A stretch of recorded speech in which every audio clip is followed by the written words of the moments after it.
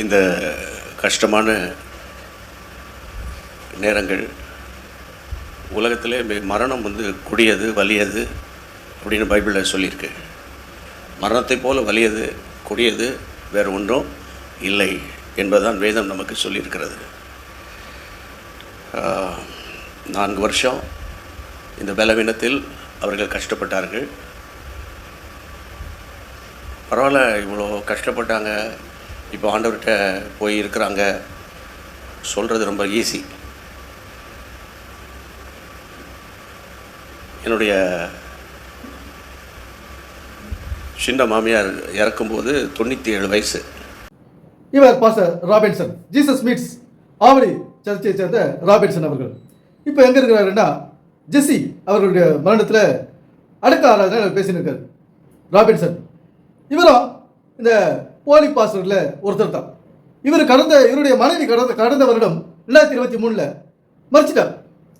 அவர் 1 வருஷம் ஆயிடுச்சு. இந்த மாதிரி கரெக்டாக 54 வயது தான். அதே மாதிரி ஜெஸ்ஸி அவர்களுக்கும் 54 வயது, அவ்வளோதான். என்ன சொல்கிறாரு ராபின்சன், இவங்க 4 வருஷமாக உடம்பு சரியில்லாத இருந்தாங்க. ஏன் இந்த இளை வயதிலேயே இப்படியெல்லாம் மறிக்கணும்? இவங்களுக்கு சாப்பாடு இல்லையா, தண்ணி இல்லையா, காற்று இல்லையா, ஏசி இல்லையா, ஏசி கார் இல்லையா, வேலைக்காரர்கள் இல்லையா? ஏன் மறிக்கிறார்கள்? ஏன் இவர்களுடைய சரீரம் செயலிழந்து போகிறது? ஏன் இவர்களுடைய உள்ளுறுப்புகள் செயலிழந்து போகிறது? ஏன் இப்படி தவிப்பு? ஏன் உயிர் போகுது? ஏன் அப்படின்றது யோசிக்க வேண்டிய விஷயம். 54 வயதில் ஒரு பாஸ்டர் மனைவி இப்படி மறிக்கிறாங்கன்னா யோசிக்க வேண்டிய விஷயம். பைபிளை படிக்காதவர், சர்ச்சுக்கு போகாதவர், நல்ல ஆயுசு நாட்கள் அதிகரித்து 70-80 வயதுள்ள பெண்களும் இருக்கிறார்கள் இந்த உலகத்தில்.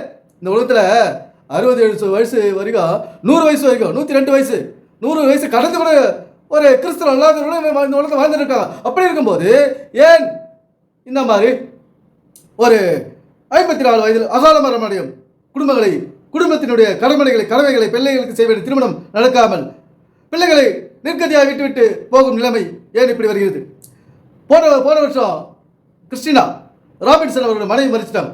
அதே மாதிரி தான் அவருடைய ஒரு பொண்ணு கல்யாணம் இருந்து பையனுக்கு கல்யாணம் ஆகாது இருந்தது. இந்த மாதிரி ஒவ்வொருடைய குடும்பத்தின் நிலைமை இப்படி இருக்கும்போது இந்த சரீரத்தை பற்றி யாரும் கவலைப்படுறது கிடையாது. மறிச்சிட்ட உடனே அவங்க நித்தியத்தில் உயிரோடு இருக்காங்க. அவங்க இயேசு கிறிஸ்துவோட பாட்டு பாடிக்கிறாங்க, இயேசு கிறிஸ்து கூட அவங்க கும்மை அடிச்சுக்கிறாங்க, இயேசு கிறிஸ்துவோட அவங்க கும்மை அடிச்சுக்கிறாங்க அப்படின்னு அவங்க மகிமைக்குள்ள பிரவேசிட்டாங்க. இந்த ஒரு வெற்று வார்த்தைகளை சொல்லிக் கொண்டிருக்கிறார்கள் இந்த போலி போதர்கள், கள்ள போதர்களும். நம்முடைய வாழ்க்கையை வீணடித்து விட்டார்கள் இந்த வீணா போன பாஸ்டர்கள். நம்முடைய ஒரே ஒரு வாழ்க்கையை மண்ணுக்குள் போட்டு புதைத்து விட்டார்கள், கடங்காரனாக்கி விட்டார்கள் இந்த போலி பாஸ்டர்கள். நண்பர்களே, மனிதனானவன் பகுத்தறிவோடு செயல்பட வேண்டும். நமக்காக நாம் வாழ வேண்டும், நம்முடைய குடும்பத்திற்காக வாழ வேண்டும், நம்முடைய பிள்ளைகளுக்காக நாம் வாழ வேண்டும், நமக்காக நாம் வாழ வேண்டும். அதை யாரும் இந்த வேதத்திலிருந்து அறிவுறுத்துவதில்லை. நம்முடைய சரீரத்தை எப்படி பார்த்துக் கொள்ள வேண்டும், எப்படி பராமரிக்க வேண்டும், எப்படி வேதிலிருந்து தப்பிக்க வேண்டும் என்ற யுக்தியை, சரீர சூட்சுமத்தை இந்த போலி பாஸ்டர்கள் ராபின்சன் அவர்களும் மற்றவர்களும் சொல்வதில்லை. நாம் இன்று ஒரு வெற்றி விளக்கத்தை, வீணா போன விளக்கங்களை கேட்டு இன்னைக்கு நம்முடைய வாழ்க்கை வீணாகிவிட்டது. வறுமையான வலையில் பிடிபட்டோம், கடன்காரர்கள் ஆனோம், சொந்த வீடு இல்லை. இந்த மாதிரி இந்த போலி போதர்களை நம்பி இன்னைக்கு நம்ம வாழ்க்கையும் பூத்து போச்சு. ஒரு வாடாமலர் வாழ்க்கை என்பது ஒரு வாடாமலர். இந்த வாழ்க்கையை இன்னைக்கு வதக்கி நாசம் பண்ணி காலால போட்டு மிதித்து விட்டார்கள் இந்த போலி பாஸ்டர்கள்.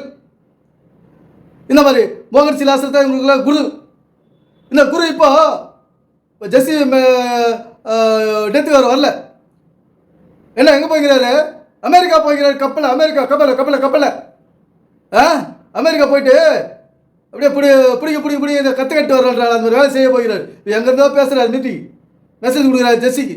இந்த மாதிரி 4 வருடமாக இந்த ஜெஸ்ஸி அவர்கள் ஊற்றப்பட்டு இருக்கிறார்கள். கிட்னி ஃபெயிலியரு, ஹார்ட் ஃபெயிலியரு, எல்லாம் ஃபெயிலியரு. ஆனால் என்ன பாஸ் பண்ணுறதுக்கு என்ன வழி சொன்னேன்? ராபின்சன், நம்ம ஹார்ட் ஃபெயிலியர் ஆகிறதுக்கு என்ன வழி சொன்னேன்? பெரிய கதையெல்லாம் சொல்கிற, பெரிய கதை.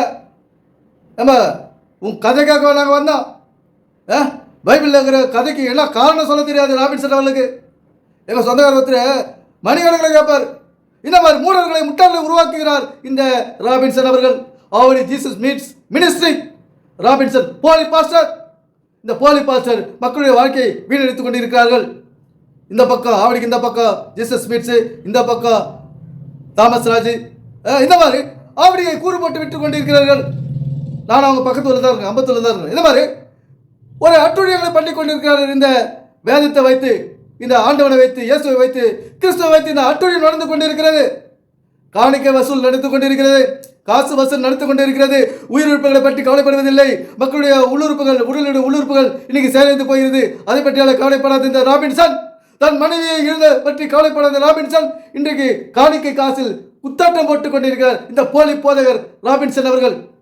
நண்பர்களே, கொஞ்சம் சிந்திக்க வேண்டும். இது வேதமானது நம்முடைய வாழ்வியல் புத்தகம், வாழ்க்கை குறித்த புத்தகம். நம்முடைய இந்த சபை என்பது நம்முடைய சரீரத்தை குறிக்குது. அந்த அந்த கட்டடத்தில் போய் ஆட்டம் போறதை குறிக்கிறது. நம்முடைய நடமாடும் சபை, உயிருள்ள சபை எப்படி சந்தோஷமாக, ஆரோக்கியமாக, உள்ளுறுப்புகள் தன் செயல்களை இழக்காமல் இருக்க வேண்டும். அதுதான் அதற்காகத்தான் உருவாக்கப்பட்டது இந்த பைபிள். இதயமானது, ஒரு மனித இதயமானது சரியான விதத்தில் இயங்க வேண்டும். மனித கிட்னியானது, உள்ளுறுப்பு கிட்னியானது சரியாக அதன் வேலைகளை செய்ய வேண்டும். தேவையான அளவு ரத்தம் இருக்க வேண்டும் இந்த உடலிலே. இதை பற்றியெல்லாம் போதிப்பதில்லை.